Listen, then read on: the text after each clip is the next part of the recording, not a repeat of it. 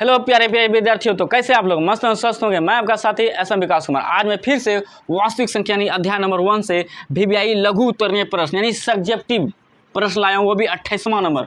जो छात्र मेरा पिछला वीडियो नहीं देखे हैं जाके देख लीजिए, क्योंकि वो भी एकदम वीवीआई प्रश्न है और मैं 28वां नंबर वीवीआई प्रश्न लाया हूँ। तो ऐसे सब प्रश्नों को आप 1 मिनट में नहीं 1 सेकंड में आप बना लीजिएगा, ठीक है। और साथ में आपके लिए खुशी वाली बात यहाँ पे दिखाई देता होगा कि वीवीआई वस्तुनिष्ठ प्रश्न यानी ऑब्जेक्टिव प्रश्न भी अब मैं प्रैक्टिस करवाऊंगा। जो छात्र अभी तक मेरा इस चैनल को सब्सक्राइब नहीं किए तो चैनल को सब्सक्राइब कर दीजिए, क्योंकि अगर जहां आप सब्सक्राइब कर देते हैं तो मेरा और हौसला बढ़ता है। जो छात्र चाहते हैं कि मैं क्लास 10th में टॉपर मारूं तो इस चैनल में अभी तक नहीं जुड़े हैं तो जुड़ जाइए जल्दी से, ठीक है। यहाँ पे चलिए अब छात्रों प्रैक्टिस करवाते हैं। क्या कर रहा है क्वेश्चन में 28वां नंबर वीवीआई प्रश्न में क्या कर रहा है कि व्याख्या करें कि 7 गुने 11 गुने 13 प्लस 17 एक भाज्य संख्या है। मैं आपको बता देना चाहता हूं कि ऐसे सब प्रश्न को हल करने के लिए सबसे पहले आपको भाज्य संख्या और अभाज्य संख्या पता रहना चाहिए। तो जिन छात्रों को पता होगा तो वो ऐसा सब प्रश्नों को हल कर भी लिया होगा, ठीक है। मैं पिछला वीडियो में मैं बतला चुका हूं, तो चलिए तब पर भी मैं बतला देता हूं कि भाज्य संख्या किसे कहते हैं। भाज्य संख्या किसे कहेंगे? वैसी संख्या जिसका गुणनखंड 2 से अधिक हो तो उसे क्या कहेंगे? भाज्य संख्या कहेंगे। और अभाज्य संख्या वैसी संख्या जिसका गुणनखंड 2 से अधिक ना हो, बल्कि वो 1 से कटे और स्वयं से कटे, तो उसे क्या कहेंगे? अभाज्य संख्या कहेंगे। तो चलिए यहाँ पे पूछ रहा है क्या भाज्य संख्या है कि नहीं है, तो हल करते हैं सबसे पहले यहाँ पे एकदम आराम से। और जो छात्र अभी तक कॉपी कलम नहीं लिए हैं तो कॉपी कलम ले लीजिए और ऐसे सब प्रश्न को लिख लीजिए, ताकि आपको फायदा होगा। जितना अभ्यास करिएगा उतना फायदा होगा आपके लिए, ठीक है। सबसे पहले आपको क्या करना पड़ेगा? मानना पड़ेगा। तो यहाँ लिखिए मानक की ए बराबर क्या मान लेंगे? ये जितना संख्या ये सबको मान लीजिए। 7 है गुने, फिर 11 है गुना 13 है, फिर प्लस 17 है। इतना तो काम कर सकते हैं आप। तो आप लिख सकते हैं ए बराबर, ये सभी पार्ट को लिख सकते हैं 7 गुना 11 गुना 13 प्लस 17। इतना काम कर लीजिएगा तो समझ लीजिए आपका धीरे धीरे क्या होने लगा? हल होने लगा। अब उसके बाद देखिए यहाँ पे आपको देखने के लिए मिलेगा ये सभी संख्या क्या है? गुना में है, और ये अलग में है। क्या ये 17 अलग है, प्लस में है। ये आप इसको घेर सकते हैं, ठीक है। तो घेरने के बाद हम क्या बताए थे? ब्रैकेट के अंदर में जितने भी कार्यक्रम हो वो सभी कार्यक्रम करना है, तब उसके बाद दूसरा कार्यक्रम करेंगे, ठीक है। तो ब्रैकेट के अंदर में सभी क्या दिखाई दे रहा है आपको? गुना। तो गुना कर लीजिए एकदम आराम से। 7 गुना 11 करेंगे तो क्या हो जाएगा? 77। 77 गुने 13 करेंगे तो कितना हो जाएगा? 1001 हो जाएगा। आप गुना करके देख लीजिए, ठीक है। और प्लस में 17। अब उसके बाद क्या करेंगे? यहाँ पे जोड़ है तो जोड़ लीजिए एकदम आराम से जोड़ लीजिए। 1000 कितना हो जाएगा? 1018 हो जाएगा। इसलिए आपका ए का मान कितना निकल गया? 1018। तो चलिए छात्रों, इसका आंसर क्या हो गया? आपको आराम से मिल चुका है। अब यहाँ पे आप लिख लीजिएगा अतः 7 गुना 11 गुना 13 प्लस 17 एक भाज्य संख्या है। क्योंकि आपको बता देना है क्योंकि अभाज्य गुणनखंड 2 से अधिक है। आपका आंसर हो गया एकदम। इतना बात लिख लीजिएगा तो आपको पूरा एकदम 2 में 2 नंबर मिलेगा, ठीक है। तो हम आपको बता देना चाहते हैं कि ये भाज्य संख्या हुआ कैसे। आप बोलिएगा सर यहाँ बोल रहे हैं कि 2 से अधिक गुणनखंड है, तो यहाँ 2 से कहाँ एक के अंक है? यहाँ पे सिर्फ 1018 है। तो आप इसका गुणनखंड करिए। 1018 का क्या करना है? गुणनखंड करिए। देखिएगा 2 से अधिक गुणनखंड मिलेगा। आप इसका अभाज्य गुणनखंड करिए एकदम आराम से करिए। पहले 2 से करते हैं तो कितना हो जाएगा? 509 हो जाएगा। क्या हो जाएगा? 509 हो जाएगा। और देखिए ये कितना से कट रहा है? 509 से ही कट रहा है। कितना बार में? एक बार में कट रहा है। कितना बार में? एक बार में आसानी से कट रहा है। तो आप 1018 का गुणनखंड लिखिए, गुणनखंडों की संख्या लिखिए। देखिए कितना है? 2 गुना 509 गुने 1। तो यहाँ पे देखिए क्या बोल रहे हैं कि किस प्रकार से ये भाज्य संख्या हुआ। तो यहाँ पे क्या बोले हैं कि क्योंकि अभाज्य गुणनखंड 2 से अधिक है। यहाँ पे देखिए 2 से क्या अधिक है? 1 2 3 यानी 3 गो है। तो जिस संख्या का गुणनखंड 2 से अधिक हो तो उसको क्या कहेंगे? भाज्य संख्या कहेंगे। तो एकदम आराम से निकल गया। और जिसका गुणनखंड 2 से अधिक नहीं होगा तो वो क्या हो जाएगा? अभाज्य संख्या हो जाएगा। तो मैं आशा करता हूं कि आप लोग को अच्छी तरह से समझ में आ गया होगा। चलिए छात्रों, मैं वीवीआई वस्तुनिष्ठ प्रश्न यानी ऑब्जेक्टिव प्रश्न लिख चुका हूं 1 से 10 तक, ठीक है। जो छात्र अभी भी 28वां वीवीआई प्रश्न नहीं लिखे हैं वो स्क्रीनशॉट के रूप में ले लीजिए और बाद में इसको लिख लीजिएगा, ठीक है। लेकिन चलिए अब यहाँ क्या करते हैं, आपको समझाने की कोशिश करते हैं। एकदम 10 VBI प्रश्न, अगर ये 10 समझ लेते हैं तो आप 100 क्वेश्चन आराम से समझ गए। एक क्वेश्चन आपके 10 के बराबर है, क्योंकि ये क्वेश्चन को क्या कर सकता है, उलट पुलट करके दे देगा, तो आप बना नहीं पाइएगा जब तक आप समझिएगा नहीं तो, ठीक है। तो चलिए हम आपको समझाने की कोशिश करते हैं। यहाँ पे देखिए पहला नंबर क्वेश्चन में क्या कह रहा है, गिनती की संख्या को क्या कहते हैं। तो गिनती की संख्या को आंसर में है प्राकृत संख्या। जी हाँ बिल्कुल, गिनती की संख्या को क्या कहेंगे, प्राकृत संख्या कहेंगे। 1 2 3 4 5 6 ये सब अनंत तक ही संख्या को क्या कहते हैं, प्राकृत संख्या कहेंगे। दूसरा क्वेश्चन में देखिए क्या कह रहा है कि गिनती की संख्या के आगे शून्य लगाने से कौन सी संख्या प्राप्त होती है, पूर्ण संख्या। एकदम बिल्कुल सही है, पूर्ण संख्या प्राप्त होगा, क्योंकि गिनती की संख्या के आगे क्या लगा देंगे, शून्य लगा देंगे, तो ये क्या बन जाएगा, पूर्ण संख्या बन जाएगा। तीसरा नंबर प्रश्न में क्या कह रहा है, देखिए यूक्लिड विभाजन एल्गोरिथम का अनुप्रयोग किस लिए किया जाता है। तो दो धनात्मक पूर्णांक का मोसो ज्ञात करें। एकदम बिल्कुल सही है, दो संख्या का हमेशा क्या करेंगे, यूक्लिड विभाजन एल्गोरिथम का प्रयोग करके हम मोसो आराम से ज्ञात कर सकते हैं।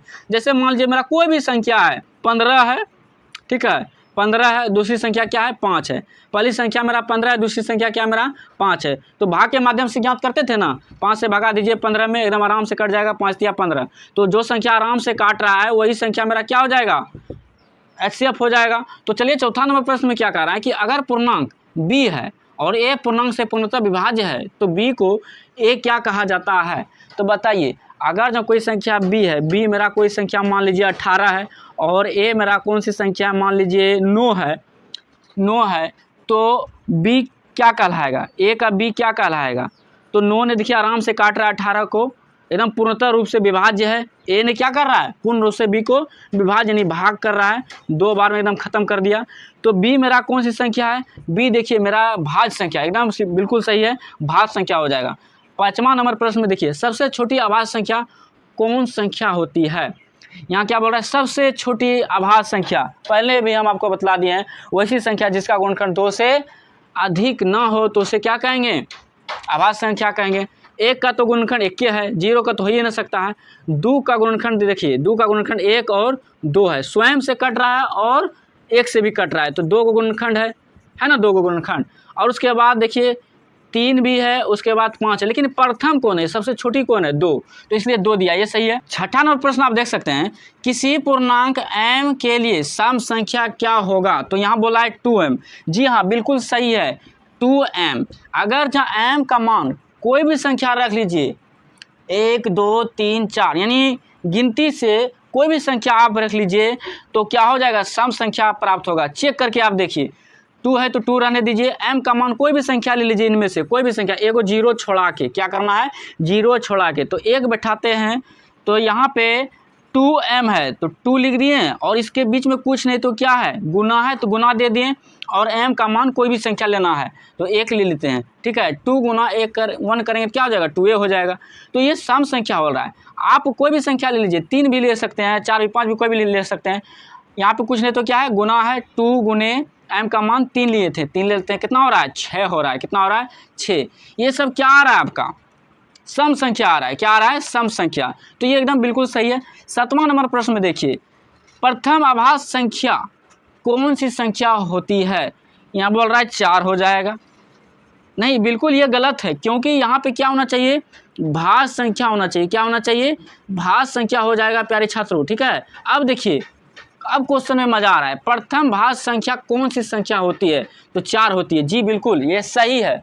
यहाँ पे अभाज्य संख्या नहीं होगा, यहाँ पे क्या होगा, भाज्य संख्या होगा। जो छात्र स्क्रीनशॉट लिए हैं वहाँ पे अभाज्य संख्या नहीं डालना है, जब क्वेश्चन लिखने लगिएगा तो वस्तुनिष्ठ प्रश्न, ठीक है, आपको भाज्य संख्या यहाँ पे देना है 7वां नंबर प्रश्न में, ठीक है। तो आपको बता देना चाहते हैं कि भाज्य संख्या किसे कहते हैं, आपको पहले से भी पता है कि वैसी संख्या जिसका गुणनखंड 2 से अधिक हो। तो आप 4 का लीजिए, तो लेकिन क्या बोल रहा है, प्रथम ना, तो प्रथम 4 है, जी बिल्कुल है। आप 1 2 3 ये सब तो पता चल गया आपको कौन सी संख्या है, अभाज्य संख्या है। 3 भी अभाज्य संख्या है, लेकिन 4 जो है ना, प्रथम यही है, 4 जो है मेरा क्या है, अभाज्य संख्या है, क्योंकि इसका गुणनखंड 2 से अधिक है। क्या है, 2 से अधिक है ना। देखिए यहाँ पे 1 2 3 वो है। तो चलिए आप क्वेश्चन समझ गए। 8वां नंबर प्रश्न में देखिए, 2 लगातार संख्या का मोसो क्या होगा। क्या बोल रहा है, 2 लगातार संख्या का मोसो, 2 लगातार, आप गिनती गिनिए, जीरो शून्य छोड़ा के क्या करना है आपको, गिनती गिनना, 1 2 3 लगातार चल रहा है, इसी तरह जाएगा अनंत तक जाएगा, ठीक है। लेकिन 2 लगातार, तो पहला क्या हो गया मेरा 1 हो गया, दूसरा क्या हो गया मेरा 2, तो ये 2 लगातार संख्या का क्या बोल रहा है मोसो, तो मोसो क्या हो जाएगा, वैसी संख्या जो दोनों को काटे, तो देखिए तो 1 ने दोनों को काट रहा है, तो इसका मोसो क्या हो जाएगा, मोसो 1 ही होगा। मैं ऐसा करता हूँ, आप लोग को अच्छी तरह से समझ में आता ही होगा। चलिए 9 नंबर प्रश्न में क्या कह रहा है, सबसे छोटी भाज्य संख्या और छोटी अभाज्य संख्या का मोसो कितना होगा। तो सबसे पहले छोटी भाज्य संख्या, छोटी भाज्य संख्या क्या हो जाएगा, सबसे पहले मेरा 4 हो जाएगा, क्या हो जाएगा 4, और सबसे छोटी अभाज्य संख्या क्या हो जाएगा मेरा 2 हो जाएगा। इन दोनों का क्या निकालना है आपको, मोसो निकालना है। तो हम पहले बतला दिए थे मोसो ज्ञात करने के लिए कि जो बड़ा है उसको रहने देते हैं, जो छोटा उससे भाग दीजिए। 2 ने 4 को एकदम आराम से काट रहा है, ये भाग जो विधि जो है ना, यही यूक्लिड विभाजन एवोत्थम विधि कहलाता है, ठीक है। 2 ने 4 को आराम से काट रहा है, तो वैसी संख्या जो आराम से काट दे वही संख्या क्या कहलाता है मेरा मोसो कहलाता है। तो 2 इसका क्या हो जाएगा मोसो हो जाएगा, इसका मोसो क्या हो जाएगा, ये दोनों संख्या का 2 हो जाएगा। तो चलिए 10वां नंबर प्रश्न में क्या कह रहा है कि संख्या 2 3 5 7 कौन सी संख्या है, तो अभाज्य संख्या है। बिल्कुल इसका बात सही है, क्योंकि संख्या 2 3 सब क्या है अभाज्य संख्या, आपको पहले से बतला दिए। 2 3 और 5 और 7 ये सब क्या है मेरा अभाज्य संख्या है, ये सब क्या मेरा है अभाज्य संख्या है, आपको पहले से ही बतला चुके हैं। इसका गुणनखंड क्या है 2 से अधिक नहीं है, 2 3 5 और क्या है 7, ये सभी क्या है मेरा अभाज्य संख्या है, क्या है मेरा सभी ये अभाज्य संख्या है। जी बिल्कुल इसका कहना सही है। चलिए मैं ऐसा करता हूँ आप लोग को अच्छी तरह से समझ में आया होगा, और जो छात्र मेरा फुल वीडियो देखा है उसको बहुत बहुत धन्यवाद, क्योंकि उसके लिए एकदम फायदेमंद रहेगा। और जो छात्र को पढ़ाई करने में आलस लगता है, समझ लीजिए वो अपने माता पिता को मूर्ख बनाने की कोशिश कर रहा है। क्या कर रहा है, मूर्ख बनाने की कोशिश कर रहा है, झूठे की गुमराह कर रहा है कि हम पढ़ रहे हैं, आप पढ़ नहीं रहे हैं, आप माता पिता को मूर्ख बना रहे हैं, ठीक है। मैं चाहता हूं कि आप लोग ध्यान से पढ़िए, मन लगा के पढ़िए। अभी गर्मी का मौसम है, इसलिए जितना हो सके आप पानी पीजिए, ठीक है। और बार बार वही कहना चाहता हूं कि जो छात्र नए हैं इस चैनल में, तो जल्द से जल्द सब्सक्राइब कर दीजिए, आपके लिए बहुत फायदेमंद होगा। और लाइक भी कर दीजिए, आप लोग वीडियो देखते हैं लेकिन लाइक नहीं करते हैं, ठीक है। चलिए जय हिंद जय भारत।